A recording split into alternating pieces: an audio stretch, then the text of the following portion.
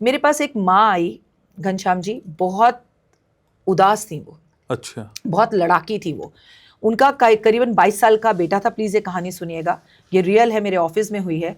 और वो मेरे पास आकर बैठी और वो रोने लगी। तो मैंने कहा मैम आप प्लीज़ पानी लीजिए। मैंने उनके बेटे से बोला आपकी मदर इस कंडीशन में नहीं है, प्लीज़ आप बताओ क्या हुआ।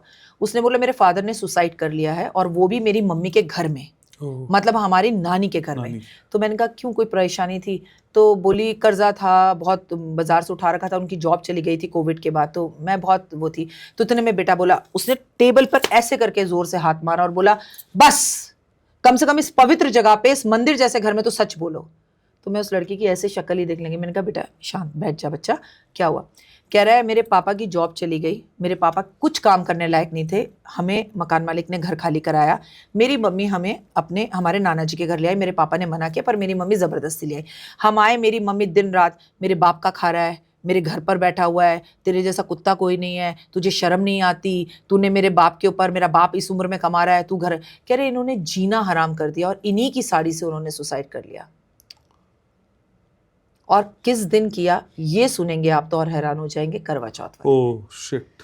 आपने करवा चौथ बोला इसलिए मैं आपको बोल रही हूँ। और उसके बाद वो औरत मुझसे पता क्या कह रही थी? वो मुझसे ये कह रही थी, राखी जी क्या आपको आत्माओं से बात करना आता है? मुझे नहीं आता। तो मैंने कहा जी मैम मुझे नहीं आता। तो उन्होंने मुझसे कहा मैं एक बार उनसे माफ़ी मांगना चाहती हूँ। तो मुझे गुस्सा आ गया। मैंने कहा अब माफ़ी मांग कर क्या करेंगी मैम, अब तो जो बीत गई सो बात गई, आप छोड़ दीजिए। और वो इतना रो रही थी, वो मेरे पास 1.5 घंटा बैठी और वो नॉन स्टॉप रोती रही। और उन्होंने मुझसे कहा ये कहानी आप अपने चैनल पे बताना कि जो गलतियां मैंने की हैं वो लोग ना करें। मैंने कहा मैम वक्त बुरा होता है, इंसान बुरा नहीं होता। अगर इंसान ऐसा हो रहा है, सीता माता अपने सारे जेवर, रानी महारानी पटरानी, एक कॉटन की साड़ी पहन के राम जी के पीछे चली गई। बात राम की करते हो, पूछते हो राम को, करवा चौथ के व्रत रखते हो, और पति अगर जरा सा नीचे गिर जाए तो उसकी औकात औरतों को दिखाने में 2 मिनट लगते हैं। मत रखो ऐसा करवा चौथ का व्रत।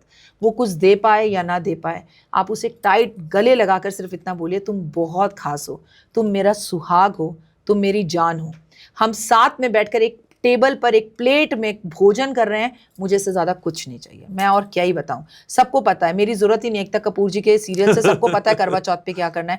लेकिन अगर रिश्तों में गर्माहट नहीं है, अगर रिश्तों में अपनापन नहीं है, अगर घर आने पर उस व्यक्ति का तुम्हें इंतजार नहीं है, उसको ये पूछना पैर दबा दूं तुम क्या कर रहे हो, मैं भी सुबह से काम कर रही हूं। अरे तुम कर भी रहे हो तो वो तुम्हें अपना ना सुनाए, तुम उन्हें अपना ना समाओ।